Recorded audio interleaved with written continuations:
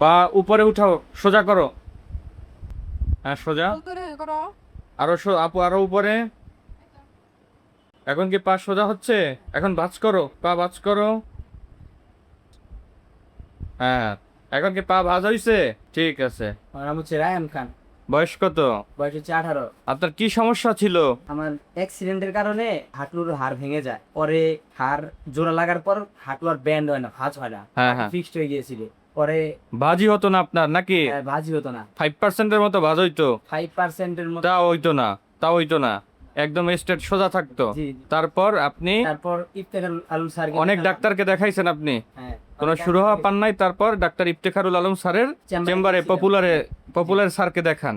Sir তারপর কি বললো আপনাকে? স্যার বলছে যে ইনশাল্লাহ পা ভাজ হবে। জি, পা ভাঁজ করে দেবে। হ্যাঁ, এখন অপারেশনের পর আজকে অপারেশনের একদিন পরে আপনি পা ভাঁজ করতে পারতেছেন। জি এখন কি আপনার কি অনুভূতি বা কেমন লাগতেছে যে স্যার যে ডক্টর ইফতেখারুল আলম স্যার যে অপারেশন করে দিছে, যে আপনাদের যে সাকসেসফুল যে হয়েছে, পা ভাঁজ করতে পারতেছেন, কেমন লাগতেছে?